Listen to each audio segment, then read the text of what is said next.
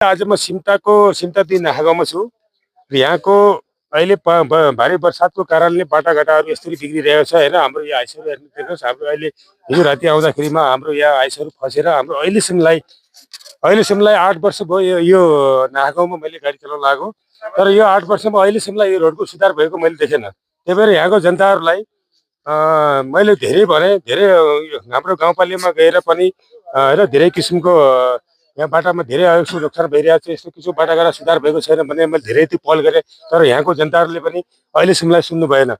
तर एक्कासी कुनै पनि घटना हुन्छ त्यतिखेरमा मात्र हो यहाँको जनताहरूले हामीलाई यस्तो सुविधा छैन भनेर। तर यहाँको जनताहरूले पनि अहिले यति 8 वर्षसम्म यहाँको जनताहरूलाई कुनै किसिमको अहिलेसम्मलाई सुविधा छ। ल सबलाई सोध्नु पर्यो यहाँ सरहरूलाई। सर, हजुरको नाम के भयो? मेरो कुलदीप खत्री। कुलदीप खत्री, यहीँको बासिन्दा हुनुहुन्छ हजुर? म यहाँको। ए हो।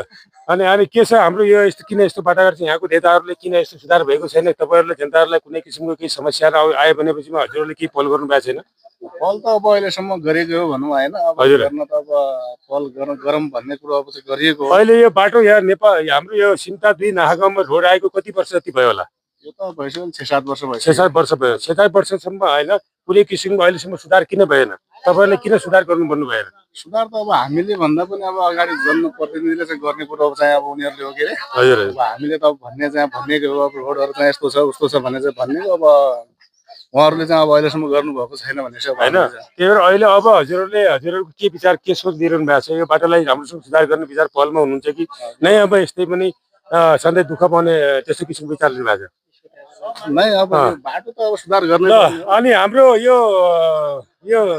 यो हाइसको ड्राइभर कहाँ हुनुहुन्छ? हेलो सर, यहाँ आउनुहोस्। आउनु।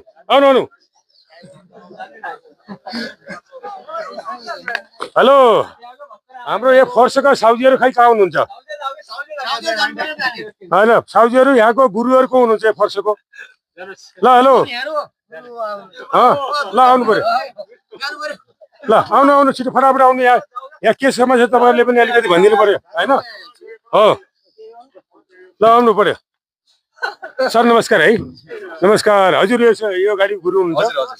यो कसरी किन यो बाटाघाटामा यति राम्रो गाडीलाई यस्तो बाटो छैन भन्दा पनि हजुरहरूले ल्याउनु भएको छैन? तर यहाँको जनतालाई सेवा दिनुभएको छ, तर पनि यहाँको सुधार किन भएको छैन? सुधार नहुँदा पनि तपाईँले सेवा दिइरहनु भएको छ। तर अचानक अहिले दुर्घटना हुन्थ्यो होइन, दुर्घटना हुँदाखेरिमा अहिले अचानक बचाउनु पर्छ। हजुरलाई पनि धेरै धन्यवाद छ। तर यो बाटोको बारेमा अलिक हजुरले पनि भनिदिनु पर्यो। यो के गर्ने, बाटो यस्तै छ। बाटो सरकारले पनि हेरेको नहेरेको जस्तो लाग्छ मलाई। किन धेरैचोटि आग्रह गरिसक्यो। अनि सभा गर्दा पनि पानी बर्खा टाइम हल्का जेसीबी लिएर खुवाइदियो भने हुन्थ्यो सरकारले होइन। अब जनताले पनि